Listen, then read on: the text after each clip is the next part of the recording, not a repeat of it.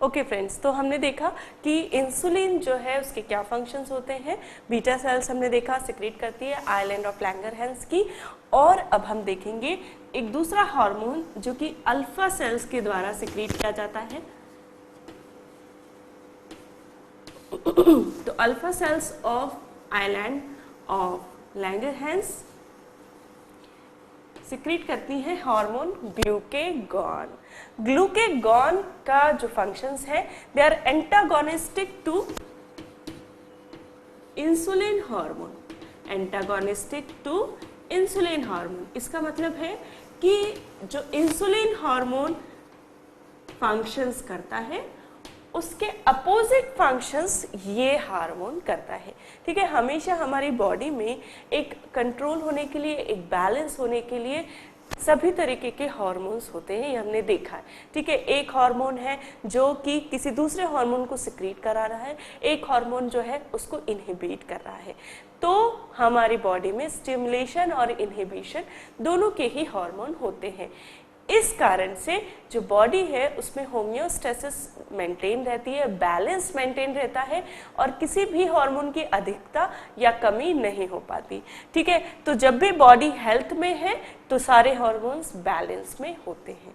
ठीक है, या कहे कि बिकॉज सारे हार्मोन बैलेंस में होते हैं इसलिए बॉडी जो है वो हेल्दी रहती है। ठीक है, तो ग्लूकेगॉन जो है उसके फंक्शंस क्या होंगे, जब हमने देख लिया कि ग्लूकेगॉन के फंक्शंस एंटागोनिस्टिक टू इंसुलिन है, तो इसके फंक्शंस क्या होंगे। सबसे पहला तो देखें कि इसका सिक्रीशन जो है वो कैसे होता है। तो इसका जो सिक्रीशन होता है वो स्टिमुलेट होता है, stimulated by the low blood glucose level. ठीक है, जब शरीर में ब्लड में ग्लूकोज का लेवल कम हो जाए तो ग्लूकेगॉन हार्मोन का सिक्रीशन स्टिमुलेट होता है और पेनक्रियाज में जो अल्फा सेल्स है वो ग्लूकेगॉन हार्मोन सिक्रीट करने लगती हैं। और चूंकि ग्लूकेगॉन हार्मोन जो है ब्लड का ग्लूकोज लेवल बढ़ा देता है, इसलिए इस हार्मोन को हाइपरग्लाइसेमिक हार्मोन भी कहा जाता है। जैसे कि यदि कोई पर्सन फास्टिंग पे है, यदि उसने कुछ खाना नहीं खाया है, ठीक है, तो ब्लड का जो ग्लूकोज लेवल है वो बहुत कम हो जाएगा, हाइपोग्लाइसेमिया हो जाएगा पर्सन को, और इन दैट केस जो ग्लूकेगॉन हार्मोन है वो सिक्रीट होने लगेगा और वो कुछ ऐसे काम करेगा, वो ऐसे फंक्शंस करेगा जिससे कि ब्लड का ग्लूकोज लेवल बढ़ जाए। तो वो क्या क्या कर सकता है, वो क्या कर सकता है, ग्लाइकोजिनेसिस कर सकता है, ग्लाइकोलाइसिस कर सकता है। ग्लाइकोलाइसिस मतलब कि ग्लाइकोजन का ब्रेकडाउन करना, लाइसिस मतलब कि ब्रेकडाउन, ग्लाइको का मतलब है ग्लाइकोजन से। तो ग्लाइकोलाइसिस करता है, जन की ग्लाइकोजिनोलाइसिस भी कह सकते हैं इसको। ठीक है, ग्लाइकोजिनोलाइसिस करता है और ग्लाइकोजिनोलाइसिस से क्या करता है, प्रोडक्शन ऑफ ग्लूकोज। ठीक है, ग्लूकोज बनवाता है ग्लाइकोजन से और इस प्रकार ब्लड का जो ग्लूकोज लेवल है वो बढ़ने लगता है। ठीक है, साथ ही फैट का ब्रेकडाउन कराता है जिससे भी ग्लूकोज बनता है और प्रोटीन भी ब्रेकडाउन कराता है। ठीक है, और अमीनो एसिड से भी ग्लूकोज का फॉर्मेशन कराता है, अमीनो एसिड से ग्लूकोज बनवाता है और इस प्रकार जो ग्लूकेगॉन सिक्रीट होता है तो वो ब्लड का ग्लूकोज लेवल बढ़ा देता है और इसीलिए इसे हाइपरग्लाइसेमिक हार्मोन कहते हैं। वहीं चूंकि इंसुलिन ब्लड ग्लूकोज लेवल घटा देता है इसलिए उसे हाइपोग्लाइसेमिक हार्मोन कहते हैं।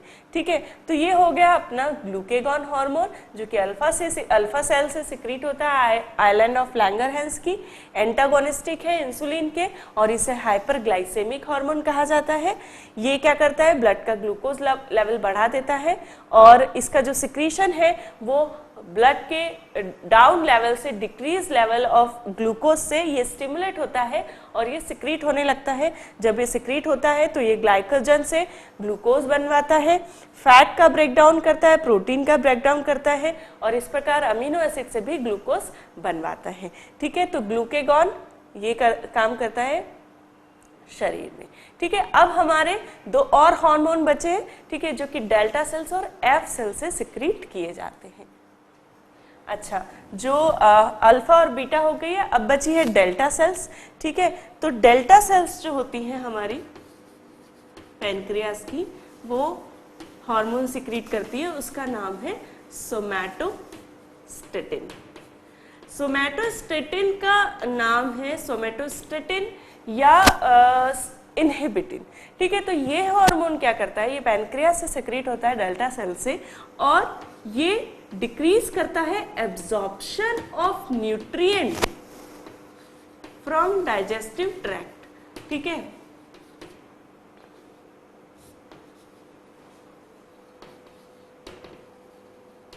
ठीक है, तो डाइजेस्टिव ट्रैक्ट से जब न्यूट्रिएंट का एब्जॉर्प्शन होता है तो एक पर्टिकुलर लेवल के बाद जो सोमैटोस्टेटिन है उसको इनहिबिट करता है कि अब हमें और न्यूट्रिएंट नहीं चाहिए।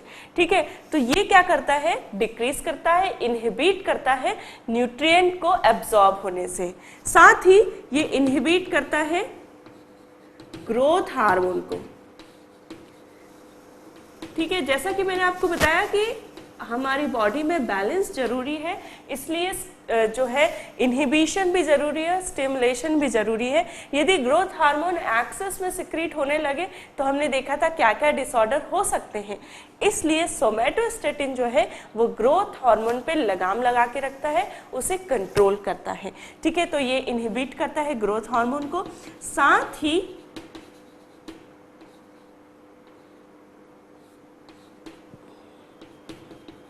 इंसुलिन और ग्लूकेगॉन को भी इनहिबिट करता है। ठीक है, तो इंसुलिन और ग्लूकेगॉन भी जो है एक्सेस ना हो, इसलिए जो सोमैटोस्टेटिन है इन पे भी लगाम लगा के रखता है और उनका भी सिक्रीशन इनहिबिट करता है। ठीक है, तो ये हो गए अपने सोमैटोस्टेटिन जो कि डेल्टा सेल से सिक्रीट होता है, न्यूट्रिएंट का एब्जॉर्प्शन इनहिबिट करता है, ग्रोथ हार्मोन को इनहिबिट करता है और इंसुलिन और ग्लूकेगॉन को भी इनहिबिट करता है। ठीक है, अब बची हमारी एफ सेल्स। एफ सेल्स क्या सिक्रीट करती है, पैनक्रिएटिक पॉलीपेप्टाइड।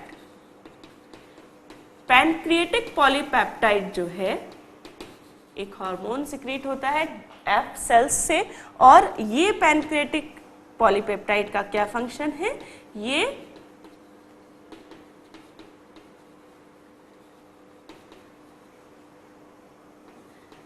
पैनक्रिएटिक जूसेस का सिक्रीशन स्टिमुलेट करता है।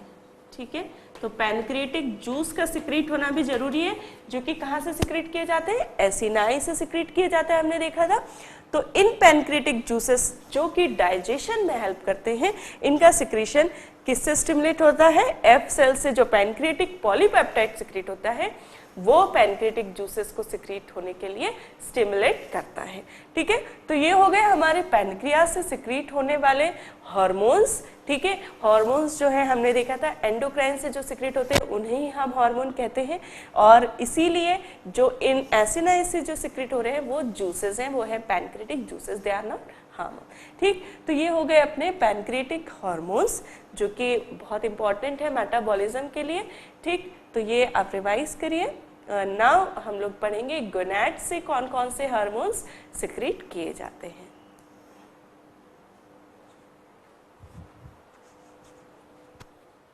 ओके फ्रेंड्स, तो जो नेक्स्ट हम पढ़ने वाले एंडोक्राइन हार्मोन वो सिक्रीट होते हैं गोनैड्स से। तो नाउ हम गोनैड्स पढ़ रहे हैं और हम देखेंगे कि गोनैड्स से कौन से हार्मोन सिक्रीट होते हैं और उनके क्या फंक्शंस होते हैं। तो जो गोनैड्स हैं वो मेल्स में टेस्टिस और फीमेल्स में ओवरी होता है और ये जो गोनैड्स है इनका ओरिजिन जो है, ओरिजिन होता है मीजोडर्मल।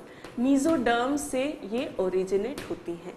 ठीक है, हार्मोन यदि देखें गोनाड से कौन से हार्मोन सिक्रीट होते हैं, तो ये जो हार्मोन्स होते हैं जो कि गोनाड से सिक्रीट किए जाते हैं, इनका बहुत ही इम्पॉर्टेंट जो फंक्शन है वो है जेंडर डिस्टिंग्विशन में। ठीक है, कि कैसे जो जेंडर्स दोनों होते हैं, मेल्स और फीमेल्स, उनमें जो कैरेक्टर्स होते हैं वो डिफरेंट शेड जो होते हैं वो इन्हीं हार्मोन्स के कारण डिफरेंशिएट हो पाते हैं। ठीक है, तो जो गैमेट फॉर्मेशन होता है, ठीक है, गैमेट फॉर्मेशन जैसे कि sperm in males and ovum in females, तो ये जो गैमेट फॉर्मेशन है वो इन हार्मोन्स से किया जाता है जो कि गोनैड से सिक्रीट होते हैं। ठीक है,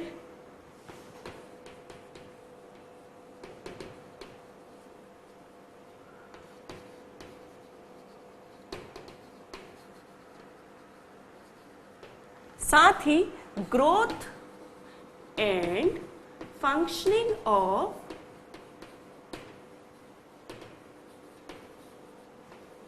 सेक्स ऑर्गन्स या रिप्रोडक्टिव ऑर्गन्स। ठीक है, तो जो रिप्रोडक्टिव ऑर्गन्स है उनकी ग्रोथ, ठीक है, और growth, maturity and there functioning जो है it is because of the hormone of gonads. ठीक है, साथ ही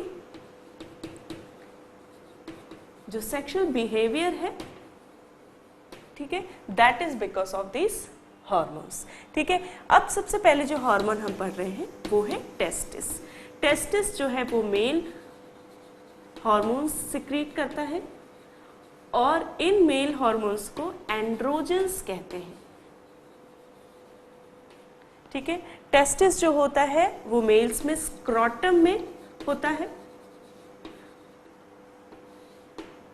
ठीक है, इसकी लोकेशन जो है वो है इन द स्क्रोटम। ठीक, ओके, एंड्रोजन सिक्रीट करता है और ये मेनली एंड्रोजन्स जो होते हैं वो होते हैं टेस्टोस्टेरॉन।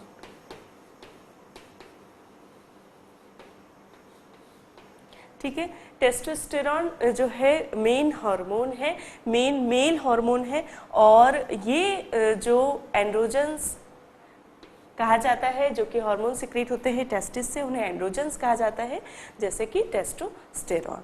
ठीक है, अब ये जो हार्मोन है टेस्टोस्टेरॉन, इसके क्या फंक्शंस होते हैं वो हम देखेंगे। अच्छा, अब ये सिक्रीट किससे किया जाता है? तो ये जो हार्मोन्स होते हैं टेस्टोस्टेरॉन, जो स्ट्रोमा होता है, यदि टेस्टिस का स्ट्रक्चर देखा जाए तो सेमिनिफेरस टिब्यूल्स होती हैं टेस्टिस में, और उनके बीच में जो है लेडिंग सेल्स होती है या इंटरस्टिशियल सेल्स होती हैं, और वो इंटरस्टिशियल सेल्स जो है, इंटरस्टिशियल क्यों कहते हैं?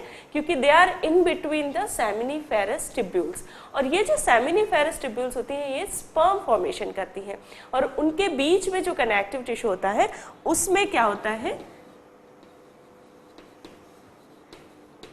इंटरस्टिशियल सेल्स और लैडिक सेल्स इन्हें कहता है। ठीक है, तो लैडिक सेल्स इन्हें कहते हैं और ये सिक्रेट करती हैं टेस्टोस्टेरॉन हार्मोन। ठीक है,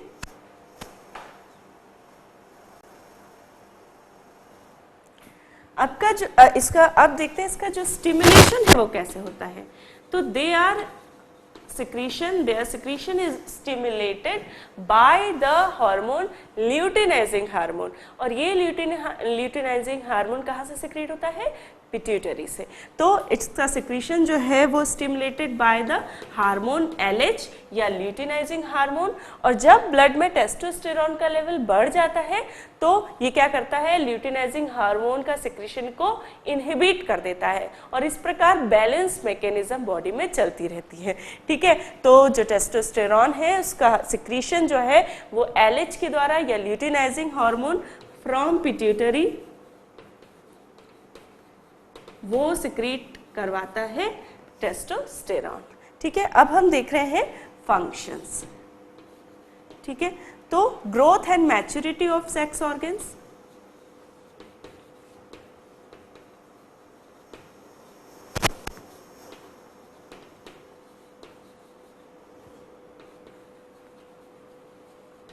और रिप्रोडक्टिव ऑर्गन्स,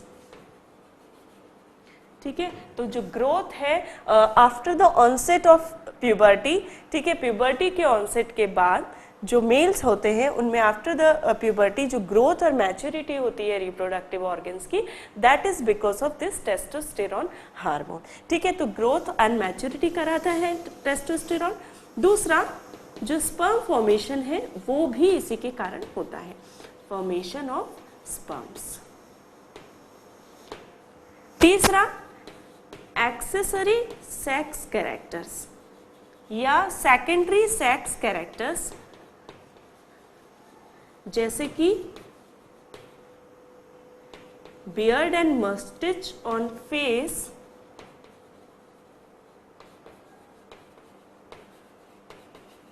ठीक है,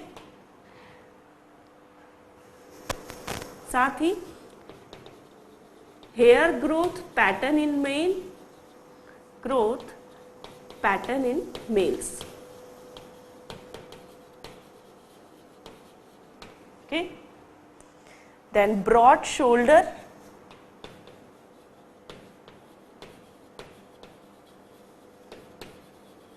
long and strong bones, ठीक है।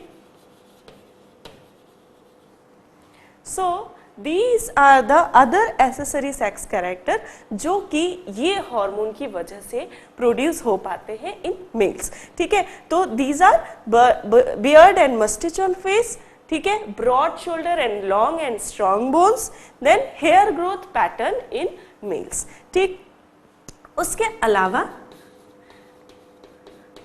जो सेक्सुअल बिहेवियर है that is also because of the hormone testosterone, ठीक है।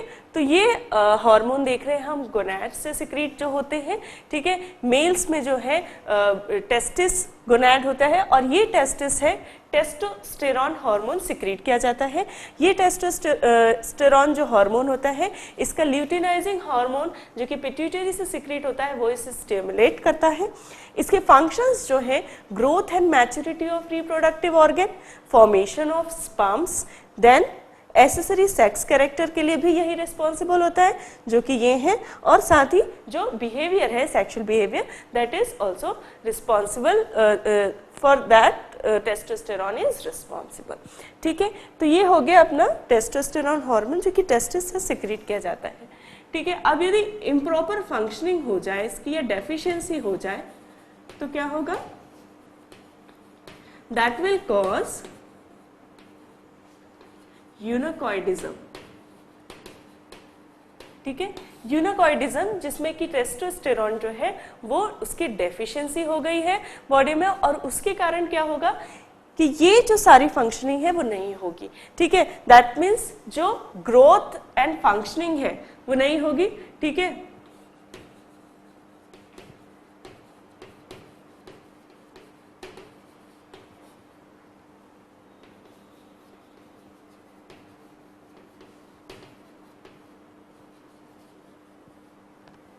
ठीक है, तो डिफेक्टेड रहेगी,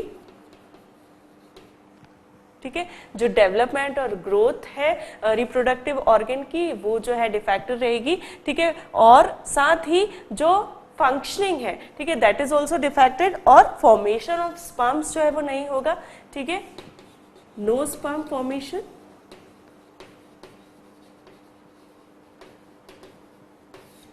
ठीक। तो दैट इज कॉल्ड द यूनिकॉइडिज्म, और इन दिस केस जो जेंडर डिस्टिंग्विश है, जो जेंडर डिफरेंशिएशन है वो कर पाएंगे एक्सटर्नल फीचर्स के कारण, बट जो डेवलपमेंट है, जो फंक्शनिंग है जो कि एक मेल्स में होनी चाहिए वो नहीं होगी क्योंकि टेस्टोस्टेरॉन हार्मोन उसमें कमी है। इस केस में यदि टेस्टोस्टेरॉन हार्मोन को सप्लीमेंट दिया जाए तो जो फंक्शनिंग एंड ग्रोथ है उसे वापस अचीव किया जा सकता है, ठीक है। तो ये कहलाता है यूनिकॉइडिज्म। ये हो गया, ठीक है, हार्मोन्स फ्रॉम गोनैड्स हम पढ़ रहे हैं। अब हम देखेंगे कि ओवरीज से कौन कौन से हार्मोन सिक्रीट किए जाते हैं। कि हो गया अपना टेस्टोस्टेरॉन, अब हम पढ़ेंगे estrogen and progesterone. Okay, one more thing is that one disorder is gynaecomastia, ठीक है। तो इन गायनेकोमेस्टिया जो है इस केस में क्या होगा,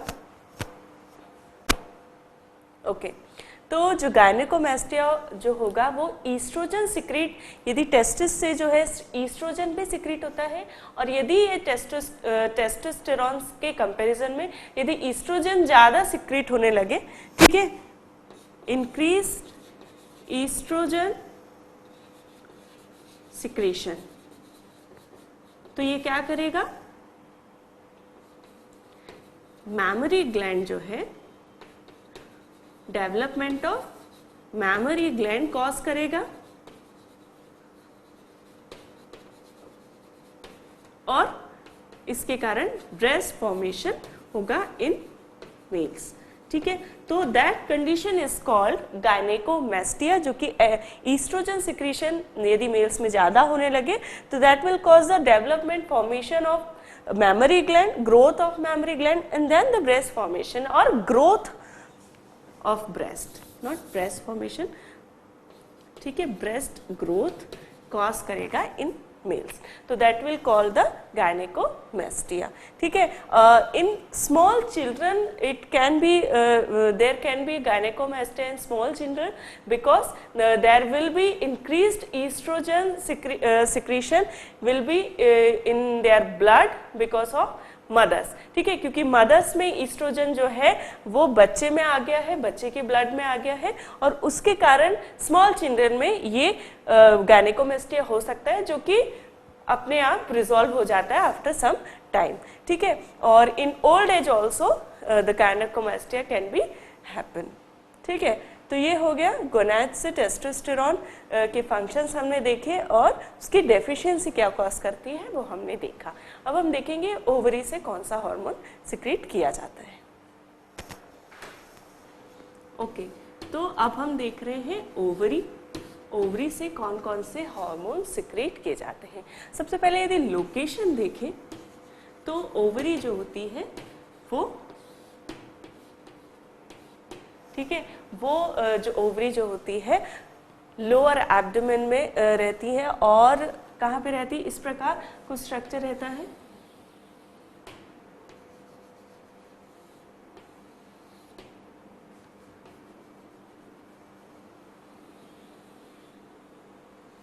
ठीक है, यहाँ पे जो है ये ओवरीज रहती है, ठीक है, ये है यूट्रस, ठीक है, और यूट्रस से फैलोपियन ट्यूब्स जुड़ी होती है, और फैलोपियन ट्यूब्स के जो यहाँ पे दोनों साइड ओवरीज रहती है, लेफ्ट एंड राइट ओवरी, ठीक है। तो ये लोअर एब्डोमेन में रहती है ओवरी, और इससे जो हार्मोन सिक्रीट होता है उन्हें ईस्ट्रोजेंस कहते हैं। ईस्ट्रोजन फीमेल हार्मोन है, ठीक है, ईस्ट्रोजन जैसे कि ईस्ट्रेडियोल, ठीक है, दूसरा प्रोजेस्टेरॉन, और तीसरा रिलैक्सिन,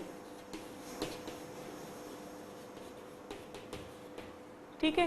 तो जो ओवरी से जो हार्मोन सिक्रीट किए जाते हैं ईस्ट्रोजन कहते हैं जिन्हें, और ये किससे, जो फॉलिकल्स की जो हमने देखा था कि यदि आप रिप्रोडक्टिव ऑर्गन्स पढ़ते हैं तो उसमें हम ओवरी का स्ट्रक्चर देखते हैं। तो ओवरी में क्या होता है कि फॉलिकल्स रहते हैं जिसमें कि मैच्योरिंग ओवम्स रहते हैं, ठीक है। तो डिफरेंट फॉलिकल्स में ओवम्स जो रहते हैं वो मैच्योर होते रहते हैं। तो वो जो फॉलिकल्स की वॉल होती है वहां से क्या सिक्रीट होता है, हार्मोन ईस्ट्रोजन, ठीक है। तो ये हार्मोन जो है वॉल ऑफ फॉलिकल से सिक्रीट किया जाता है और ये ईस्ट्रोजन कहलाता है, ठीक है।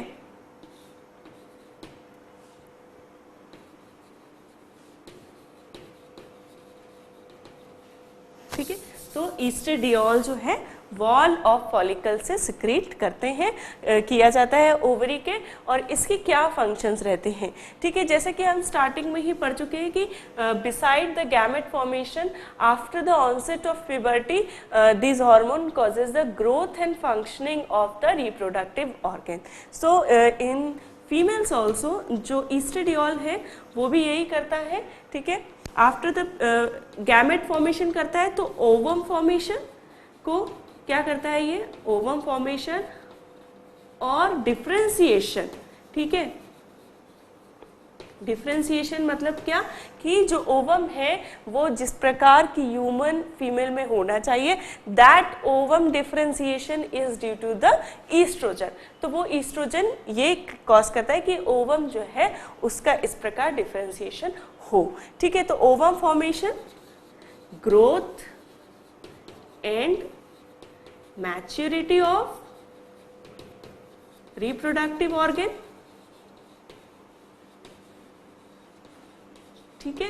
तो रिप्रोडक्टिव ऑर्गन जो है, यूट्रस जो है या ओवरी जो है, फैलोपियन ट्यूब्स जो है, इन सब की जो ग्रोथ और फंक्शनिंग है वो ईस्ट्रोजन उसके लिए रिस्पॉन्सिबल होता है, ठीक है। साथ ही secondary sex characters in females वो भी ईस्ट्रोजन के, ईस्ट्रोडियोल या ईस्ट्रोजन के कारण होता है, जैसे कि ब्रेस्ट डेवलपमेंट,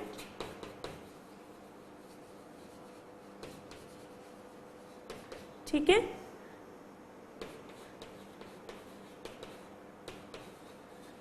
लार्ज पेल्विस, ठीक है, हमने पढ़ा है स्केलेटन में जब हम पढ़ते हैं कि पेल्विस जो होता है, फीमेल पेल्विस ब्रॉडर होता है, so that during the conceive of a child, जो चाइल्ड है वहां पे कंसीव किया जा सकता है, इसलिए पेल्विस ब्रॉड होता है इन फीमेल्स में, so that she can carry a child, ठीक है। तो pelvis is large in females. साथ ही जो हेयर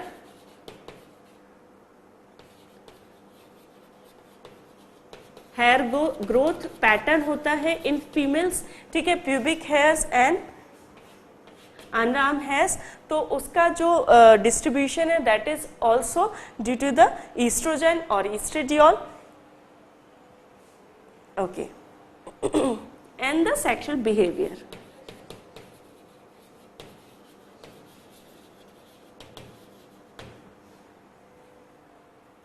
okay.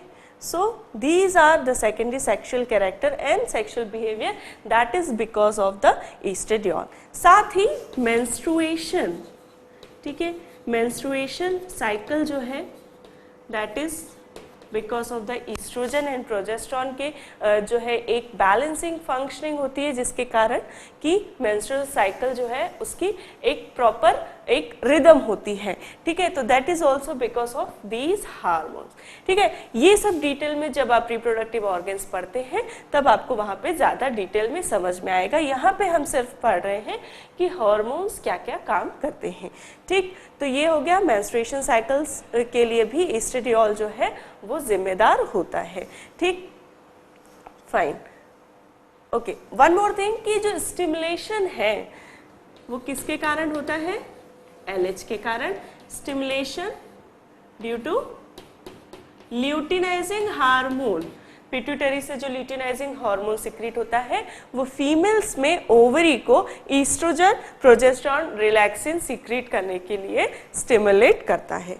अब प्रोजेस्टेरॉन यदि हम देखें तो प्रोजेस्टेरॉन जो है वो कॉर्पस ल्यूटियम से सिक्रीट होता है। अब ये कॉर्पस ल्यूटियम क्या है, ठीक है। जब मेंस्ट्रुअल साइकिल में, ठीक है, जब मेंस्ट्रुअल साइकिल हम पढ़ते हैं तो उसमें क्या देखते हैं हम, एक ओव्यूलेशन देखते हैं। तो ओव्यूलेशन में क्या होता है कि जब ओवरी से एक मैच्योर जो ओवम होता है, जब वहां से वो निकल के और ट्यूब में आ जाता है, फॉलिक जो हमारी ये ट्यूब रहती है फैलोपियन ट्यूब, तो उसको हम कहते हैं ओव्यूलेशन, ठीक है। तो वो जो ओव्यूलेशन होने के बाद, ठीक है, जहां से ओवम चला गया है उस स्थान पे एक येलोइश स्पॉट होता है ओवरी में, जिसको कि कॉर्पस ल्यूटियम कहा गया है, और वो कॉर्पस ल्यूटियम जो है वो प्रोजेस्टेरॉन सिक्रीट करता है। अब ये प्रोजेस्टेरॉन जो है वो बहुत ही महत्वपूर्ण है, क्यों, क्योंकि जब ओव्यूलेशन के बाद यदि ओवम एंड स्पर्म का मैटिंग होता है, ठीक है, और एक जाइगोट के बाद एक एम्ब्रॉय बनता है, तो उसको, ठीक है, that is called the pregnancy. तो प्रेगनेंसी को सस्पेंड करने के लिए प्रोजेस्टेरॉन बहुत ही इंपॉर्टेंट है। तो ये जो प्रोजेस्टेरॉन है ये क्या करता है, प्रेगनेंसी को सस्पेंड रखता है, ठीक है, सस्टेन रखता है, sorry, sustain the pregnancy, pregnancy को बनाए रखने के लिए प्रोजेस्टेरॉन हार्मोन हमारी बॉडी में सिक्रेट किया जाता है, ठीक है। एंड इन केस यदि ओव्यूलेशन के बाद यदि मैटिंग नहीं होती है, ठीक है, तो आफ्टर सम टाइम जो है ओवम अपने आप जो है डिफ्यूज हो जाता है और प्रोजेस्टेरॉन का लेवल कम होने लगता है और उसके बाद it causes the decrease level जब प्रोजेस्टेरॉन का होता है तो that will cause the menstrual bleeding, ठीक है। तो in this way menstrual cycle जो है वो चलती रहती है, ठीक है। तो वो ज़्यादा डिटेल में रिप्रोडक्टिव ऑर्गन जब आप पढ़ते हैं तो ज़्यादा अच्छे से समझ में आएगा, ठीक है। तो प्रेगनेंसी को सस्टेन रखता है अंटिल जो प्लासेंटा है, ठीक है, जब जो इम्प्लांटेशन हो जाता है जब एम्ब्रॉय का, ठीक है, यूट्रस में लाइक दिस, ठीक है, और यहाँ पे जो है यदि ये प्लासेंटा है, ये यदि एम्ब्राया है,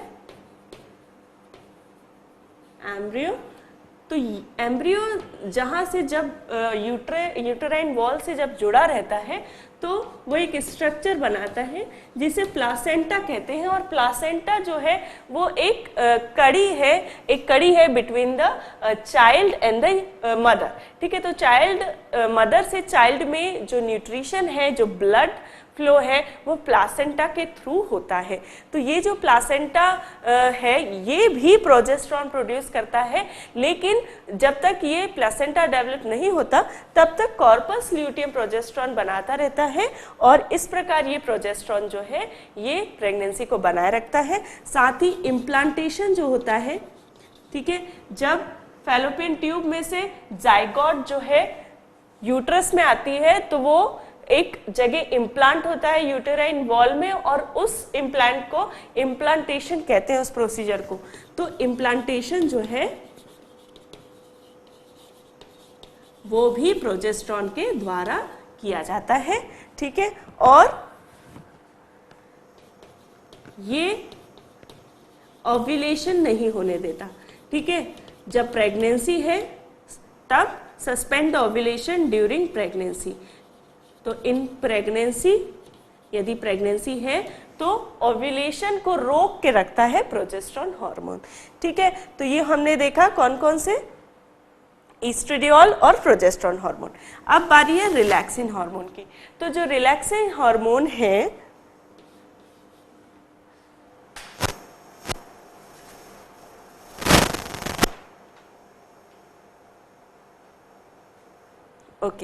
तो जो रिलैक्सिंग हार्मोन है वो भी कॉर्पस ल्यूटियम से ही सिक्रेट किया जाता है। लेकिन इसकी खास बात है कि जब फुल ग्रोन प्रेगनेंसी रहती है, ठीक है, जब जो लास्ट स्टेज होती है, लास्ट मंथ रहते हैं प्रेगनेंसी का और बेबी जो है फुल ग्रोन होता है, तो एट दैट टाइम जो कॉर्पस ल्यूटियम है वो एक रिलैक्सिंग हार्मोन जो है वो सिक्रेट करता है और जिसके कारण जो बेबी की डिलीवरी है उसमें ये हेल्प करता है, ठीक है, delivery of child. Relaxing hormone relax करता है यूट्रस को और it causes the delivery of child ease, ठीक है, ईजी करता है डिलीवरी को बेबी की, ठीक है। तो ये हो गया अपना ovarian hormone, estradiol, progesterone and relaxin, ठीक है। इसके फंक्शंस देखे हमने। ईस्ट्रेडियोल बहुत इंपॉर्टेंट है, फॉलिकल्स की वॉल से सिक्रेट किया जाता है ओवरी की, ovum formation, growth and maturity of reproductive organ in females, ठीक है। साथ ही secondary sex character in females, then menstruation cycle, then progesterone। तो कॉर्पस ल्यूटियम से सिक्रीट होता है प्रोजेस्टेरॉन और प्रेगनेंसी को सस्टेन करके रखता है, ओव्यूलेशन को सस्पेंड करके रखता है ड्यूरिंग द प्रेगनेंसी, इम्प्लांटेशन कराता है एम्ब्रियो का और इस प्रकार प्रोजेस्टेरॉन हेल्प करता है during the pregnancy. Then relaxin जो है वो कॉर्पस ल्यूटियम के द्वारा सिक्रीट होता है जब फुल ग्रोन बेबी हो जाता है आफ्टर इन द प्रेगनेंसी, ठीक है, और डिलीवरी होने के टाइम पे चाइल्ड के तब ये रिलैक्सिन सिक्रीट होता है और बेबी की डिलीवरी को इजी बनाता है, ठीक है। ओवरी से सिक्रीट होने वाले हार्मोन हमने देख लिए हैं। ओके, तो यदि ओवरी से हार्मोन सिक्रेट ना हो प्रॉपरली, ठीक है, यदि किसी फीमेल में, तो वो क्या कॉज कर सकता है। तो डेफिशिएंसी यदि फीमेल हार्मोन की हो in females, so that will call the hypogonadism in female, ठीक है, यह इसे फीमेल हाइपोगोनाडिज्म कहेंगे। ठीक है, और इस केस में क्या होगा कि ये सभी चीज़ें नहीं होंगी। ठीक है, जो फीमेल्स हैं उनमें ओवम फॉर्मेशन नहीं होगा, ग्रोथ और मैच्योरिटी नहीं होगी। ठीक है, रिप्रोडक्टिव ऑर्गन की, ठीक है, सेकेंडरी सेक्स कैरेक्टर जो है वो डेवलप नहीं होंगे ऐसी फीमेल्स में। मेंस्ट्रुअल साइकिल जो है वो डेवलप नहीं होगी। ठीक है, तो फीमेल हाइपोगोनाडिज्म में क्या होगा कि जो फीमेल हार्मोन्स है वो लेक रहेंगे और उसके कारण ये जो सभी फंक्शन है वो नहीं हो पाएंगे इन फीमेल्स।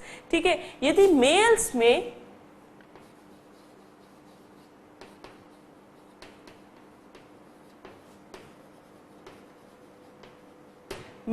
यदि हार्मोन्स किसी कारण से नहीं बने, मेल हार्मोन टेस्टोस्टेरोन, तो that will cause the male hypogonadism, और उसमें सारे फीचर्स वही होंगे। ठीक है, जो कि उसकी डिसफंक्शनिंग के कारण होंगे। ठीक है, जो टेस्टोस्टेरोन जो फंक्शंस कर रहा है वो मेल हाइपोगोनाडिज्म में नहीं हो पाएंगे। ठीक है, तो मेल हाइपोगोनाडिज्म में क्या होगा कि इम्प्रॉपर फंक्शनिंग होगी, या जो ग्रोथ है वो फुल ग्रोथ नहीं होगी रिप्रोडक्टिव ऑर्गन की, और इम्प्रॉपर फंक्शनिंग होगी रिप्रोडक्टिव ऑर्गन्स की। ठीक है, अच्छा, अब ये जो हमने देखा है, हम ऑलरेडी मैं बता चुकी हूँ कि ये जो कैरेक्टर्स है सेकेंडरी सेक्सुअल कैरेक्टर, ये आफ्टर ऑनसेट ऑफ प्यूबर्टी जो है मेल्स में या फीमेल्स में प्रोड्यूस होते हैं। लेकिन यदि किसी कारणवश यदि हार्मोन्स एक्सेस हो यदि बॉडी में इन मेल्स और फीमेल्स, तो जो प्यूबर्टी ऑनसेट है वो अर्ली हो सकता है। ठीक है, और उस अर्ली प्यूबर्टी ऑनसेट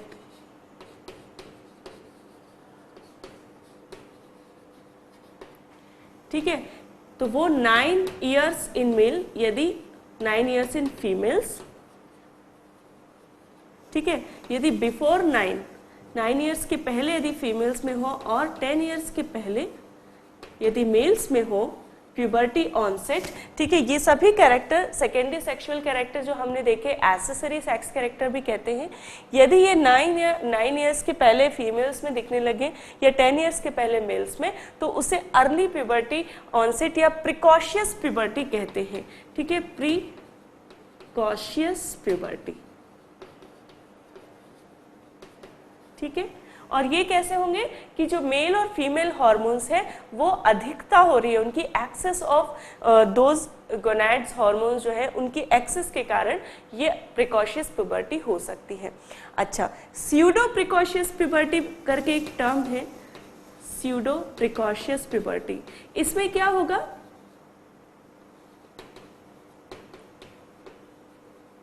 कि इन एनी केस यदि टेस्टिस में या ओवरी में कोई ट्यूमर है जो कि हार्मोन जो है वो ज़्यादा सिक्रीट कर रहा है और उसकी वजह से जो प्यूबर्टी है उसका ऑनसेट अर्ली है, तो उसको कहेंगे स्यूडो प्रिकॉशियस प्यूबर्टी।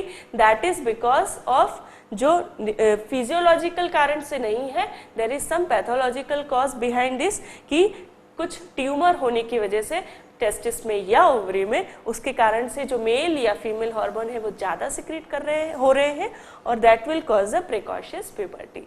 ठीक है, तो these are the terminology we should know when we are reading the gonads और हार्मोन्स फ्रॉम द गोनैड्स। ठीक है, तो ये हमने देख लिया टेस्टिस एंड ओवरीज, उससे सिक्रीट होने वाले हार्मोन और उसके कारण होने वाले डिसऑर्डर्स।